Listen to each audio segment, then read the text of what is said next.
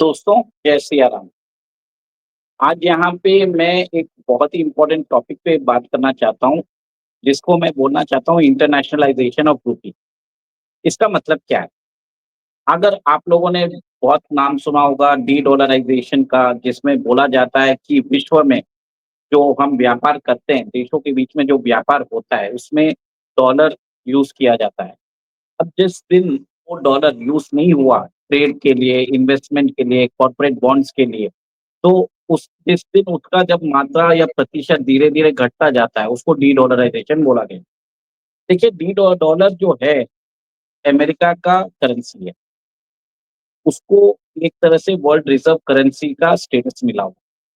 जो लोग डी-डॉलराइज़ेशन की बात कर रहे हैं, वो अल्टीमेटली प्रमोट कर रहे हैं युआनाइज़ेशन। क्योंकि डॉलर के मुकाबले आज कोई ऐसी करेंसी नहीं है, जो डॉलर को रिप्लेस कर सके।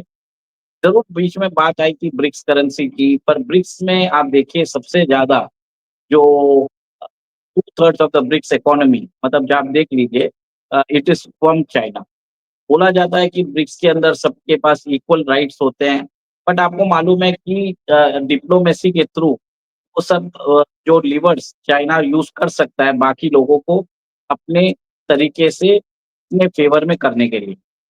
तो ये मेरा मानना है कि डी-डॉलराइज़ेशन is actually promoting युआनाइज़ेशन in disguise. अब ये देख लीजिए ना यूरोप के अंदर उनकी मॉनेटरी और फिस्कल पॉलिसी कौन डिसाइड करता है? जर्मनी डिसाइड करता है। Germany is one of the most powerful country. तो जो लोग बोलते हैं कि डी-डॉलराइज़ेशन इज़ नॉट यूआनाइज़ेशन मैं उससे एग्री नहीं करता हूँ।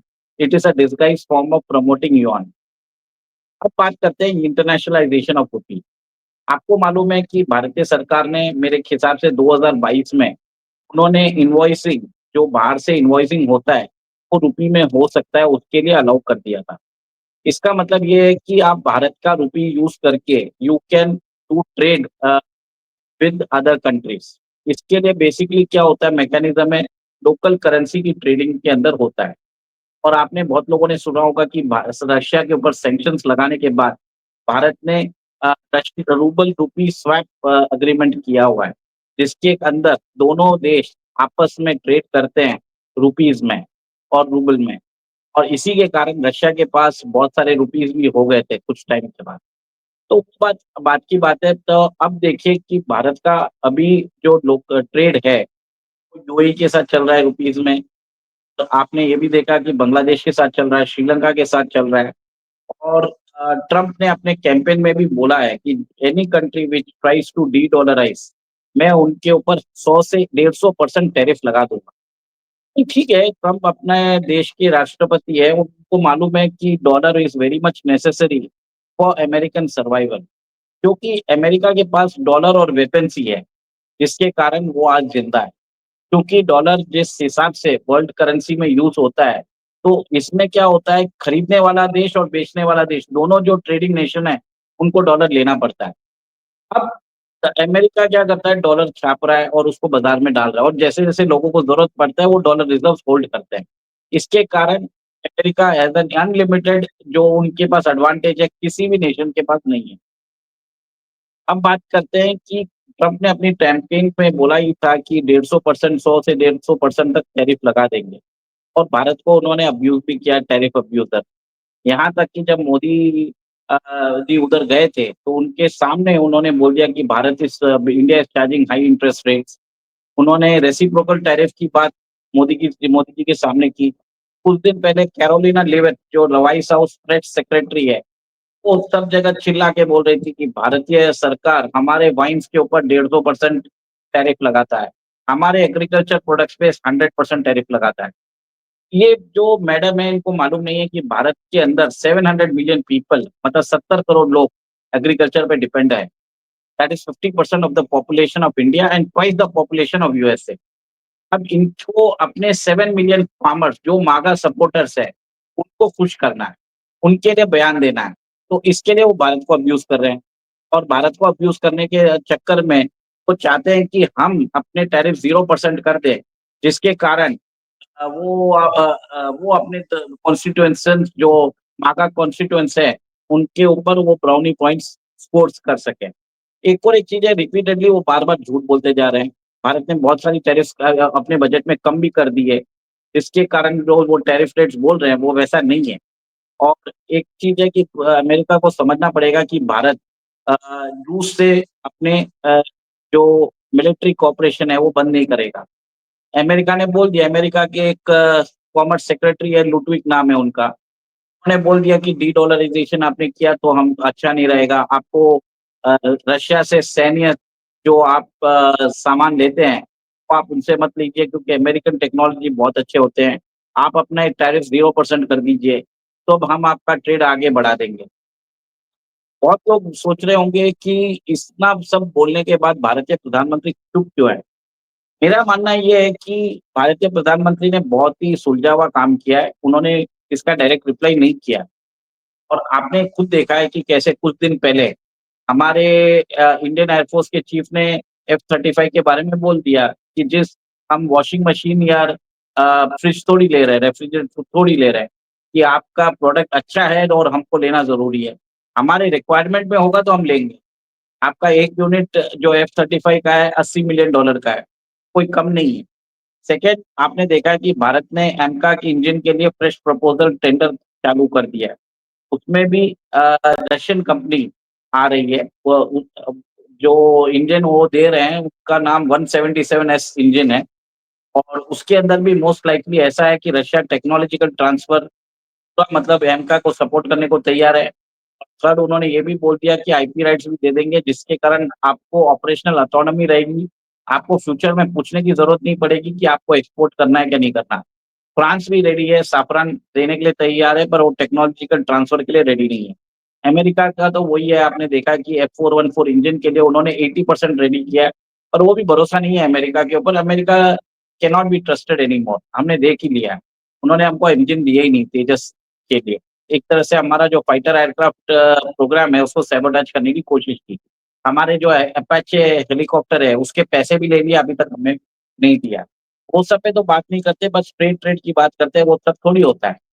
नहीं, आप ये देखिए कि भारतीय इकोनॉमी विश्व में 5th लार्जेस्ट इकोनॉमी है। फर्स्ट अमेरिका है, तकरीबन 30 ट्रिलियन है। सेकंड मेरे हिसाब से चाइना है 19 ट्रिलियन। थर्ड जापान है। फोर्थ जर्मनी थर्ड जर्मनी है, around 4 and half to 5 trillion के आसपास है। फोर्थ जापान है, अराउंड 4.1 ट्रिलियन है अराउंड 3.8 या 3.9 ट्रिलियन। और बताया जाता है कि very next year India can become the 4th largest economy in the world. But आप ये देखिए कि वर्ल्ड के अंदर करेंसी के यूसेज में भारत का स्थान कहाँ है? यूएस के अंदर जितने भी ट्रेड ट्रांज़ैक्शन होते हैं, 87% of the trade transactions is happening in US dollar. Bharat का प्रतिशत कितना है? 1% या 1.2% कुछ है, 17th पोज़ीशन पे है। आप सोचिए हम 4th लार्जेस्ट इकोनॉमी है, हमारा जो यूसेज ऑफ करेंसी है 17th पोज़ीशन। और भारतीय सरकार को इंटरनेशनलाइज़ेशन ऑफ रूपी करने की ज़रूरत है। They have to ensure that Bharat के जो ट्रेड है, वो ज़्यादा से ज़्यादा भारतीय रुपए में हो। They need to sign pacts with country, जैसे आपने यूएई के साथ किया, आपने यूपीआई स्प्रेड के लिए फ्रांस में बात की, सिंगापुर में बात की, बांग्लादेश में बात की, श्रीलंका में बात की और भी अदर नेशन में बात कर रहे हो। आप डिजिटल पब्लिक इंफ्रास्ट्रक्चर बना रहे हो, आप अपने यूपीआई को पोज़ीशन कर रहे हो as an alternative to Swift. तो एक तरह से भारत को एक अपना इंटरनेशनलाइज़ेशन ऑफ रूपी पे ज़्यादा ध्यान देना चाहिए। हमें ये डी-डॉलराइज़ेशन और युआनाइज़ेशन से कोई मतलब नहीं है। We need to figure out कौन-सी चीज़ें हमारे बेहतर में। अगर हमें लगता है कि डॉलर में रहने से कुछ जहाँ पे डॉलर में काम करने से फ़ायदा है, तो we should use dollar. But ऐसा है कि generally if you do trade in dollar, conversion charges लगते हैं। कुछ लोग बताते हैं कि मैंने कुछ वेबसाइट में पढ़ा है कि $200 पे 6.25% लगते हैं। कितना सही है मुझे नहीं मालूम, but we have to check it out. तो कहीं न कहीं वो transaction charges actually benefits American banks. अगर आप लोकल करेंसी में करते हो तो चार्जेस कम हो जाते हैं, सेटलमेंट जल्दी देना होता है। थर्ड आपका क्या होता है कि कौन क्या चीज़ आपने कौन से देश से कितने दाम पे ली, वो जो सीक्रेसी है, ट्रेड सीक्रेसी भारत के अंदर ही रहती है। तो अब भारत सरकार ने जैसे अभी मोदी जी मॉरिशस गए थे। मॉरिशस में जाने के बाद आपने देखा कि उन्होंने अब वहाँ पे साइन किया agreement for conducting trade in local currency. अभी भारतीय रुपया में वहाँ पे काम होना चालू होगा। और भारत का यूपीआई भी उधर यूज़ होगा। सेकंड आप ये देखिए भारत का जो डिजिटल पब्लिक इंफ्रास्ट्रक्चर है, उसके लिए बहुत सारी इंक्वायरीज़ आ रही है। बहुत सारे देश अपना यू भारत की यूपीआई जैसे अपने देश में एक पेमेंट गेटवे सिस्टम बनाने की बात कर रहे हैं। तो मेरे ख्याल से 3-4 अफ्रीकन देश रेडी है और लैटिन अमेरिकन देश के लिए भारत ये काम कर रहा है। तो that is really very much important. और हमें ये देखना पड़ेगा कि अभी एक और एक चीज़ बात आ रही है, आज ही मैंने सुना है, भारत और रशिया फ्यूचर में शायद क्रिप्टो करेंसी यूज़ करें फॉर ट्रेडिंग, क्योंकि अमेरिका नए-नए सैंक्शंस डालता रहता है। कुछ तरीके से भारत को प्रेशराइज़ करता है कि रशिया के साथ ट्रेड मत करिए। देखिए, भारत ने ऑलरेडी लास्ट मंथ अमेरिका से ट्रेड का उत्पादन ज़्यादा कर दिया था। हमने बजट में कुछ चीज़ें की ड्यूटीज़ भी कम की थी। उसके बाद भी डोनाल्ड ट्रम्प ने बोला है कि वी हैव एक्सपोज्ड इंडिया।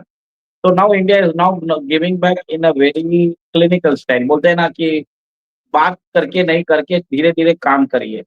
तो वो पुशबैक आ रहा है और सडनली आप देख रहे हैं कि जेडी वैंस भारत आ रहे हैं। उनका जो F-35 है फाइटर एयरक्राफ्ट, सुनने में आया कि पोलैंड ने मना कर दिया है, कनाडा ने मना कर दिया है और भी 2-3 कंट्रीज़ शायद जर्मनी भी बोल रहा है कि वो शायद रिकंसिडर कर रहे हैं।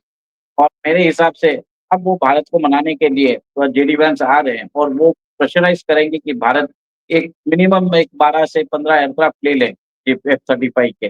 क्योंकि वो बात करेंगे नेटो को एशियन नेटो को बिल्ड करने के लिए और जिसका नाम क्वाड रहेगा। और India is the only country in the quad which does not have F-35। तो कहीं न कहीं उसके ऊपर शायद कुछ बात हो सकती है और देखते हैं आगे सिचुएशन क्या होगा। बट एक चीज़ है कि डोनाल्ड ट्रम्प को अभी समझना पड़ेगा कि उनके कंज़र्वेटिव जो मागा सपोर्टर्स हैं, उनके लिए फॉरेन पॉलिसी को वो तोड़-मरोड़ नहीं कर सकते। वो अपने जो नेशन उनके साथ खड़े रहते हैं, जो उनके यहाँ पे जब देखिए भारतीय उधर जाते हैं, दे आर कंप्लायंट सिटिज़न्स।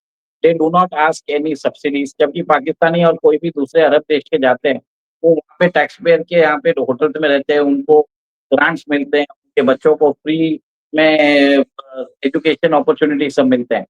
भारतीय population, Hindu population is 1.5% of American population, tax देते हैं 6%। आप देख लीजिए सत्या नडेला हो या सुंदर पिचई हो या अ, या आपकी कोई भी कंपनी के देख लीजिए, जो हेड है वो बेसिकली इंडियन हिंदूज़ ही है। तो अमेरिका को समझना पड़ेगा कि भारत का सबसे बड़ा एक्सपोर्ट है ह्यूमन कैपिटल। अगर वो ही बंद कर देगा, तो अमेरिका की इकोनॉमी पहले ही चरमरा जाएगी। जो H-1B वीज़ा के लिए वो इतनी बातें करते हैं, उनको समझ लेना चाहिए कि अगर Indians do not go to America, America की ग्रोथ ऐसे ही खत्म हो जाएगी। So let them realize that first. Second, मेरा एक चीज़ मानना है कि let us not get into the dedollarization and dollarization game. Let us think how we can promote uh, internationalization of rupee. हम रूपी को ज़्यादा कैसे यूटिलाइज़ कर सकते हैं? आप ये बताइए अपने जो भी बाहर में डायस्पोरा है, वो इंडियन एम्बेसी में जाके पता लगाइए कि how we can trade in dollars, mechanism क्या है? उसके प्रोसीजर्स क्या है? तो वो सब भारतीय सरकार को भी इसके ऊपर ध्यान देनी चाहिए। बड़ी-बड़ी बातें करने से अच्छा छोटे-छोटे काम करो और जो प्रोसीजर है आपने ऑलरेडी कर चुके होंगे, उसको स्ट्रीमलाइन करने की ज़रूरत है, एग्ज़ीक्यूट करने की ज़रूरत है। Uh, work in silence rather than making too many noises, मेरा मानना है। और इसी हिसाब से भारत का रुपया जब इंटरनेशनल ट्रेडिंग में आ जाएगा, तो भारत का रुपया आईएमएफ के स्पेशल ड्राइंग राइट्स के अंदर भी उसको एंट्री मिल जाएगी। और एक तरह से भारतीय जो रियल जो ग्रोथ है, जो रियल शक्ति है, महाशक्ति है, आप तब बनोगे जब आपकी करेंसी, आपके रुपए की वैल्यूएशन होगी। सिर्फ स्लोगन बोलने से कि हम विश्व गुरु बन जाएँगे, हमने G20 होस्ट कर दिया है, उससे कुछ नहीं होने वाला। You need to increase your production, you need to you need to increase your exports, you need to increase your trade in Indian rupees, that is very much important. जब तक हम इस चीज़ पे बात नहीं करेंगे, विश्व गुरु का सिर्फ़ एक सपना रहेगा, एक स्लोगन रहेगा और आपका रुपया जब तक अमेरिकन्स यूज़ नहीं करते हैं, जब तक यूरोपियंस यूज़ नहीं करते हैं, then until then you will not be considered as a global विश्व गुरु। बस आप बातें कर सकते हो। आगे हमें देखना है कि हमें रुपए को इंटरनेशनलाइजेशन करना है। हमें किसी के पछड़े में पड़ना नहीं है, हमें ब्रिक्स करेंसी से भी कोई मतलब नहीं है और जयशंकर साहब ने बराबर बोला है, we are not interested in any BRICS common currency at all. तो और उन्होंने ये भी बोल दिया है कि आप ट्रेड सैंक्शंस लगाते हो, इसके कारण हमें दूसरे करेंसी में, लोकल करेंसी में ट्रेड करना पड़ता है। टैक्टफुली जवाब देना पड़ता है अमेरिकन्स को and our foreign minister is doing an excellent job. But I would request the Commerce Ministry, the other embassies also to take care of this और एक तरह से इंटरनेशनलाइज़ेशन ऑफ रूपी के अंदर ज़्यादा ध्यान देने की ज़रूरत है। बस और भी अपडेट्स आते रहेंगे तो मैं आपके साथ साझा करता रहूँगा। जय सिया राम।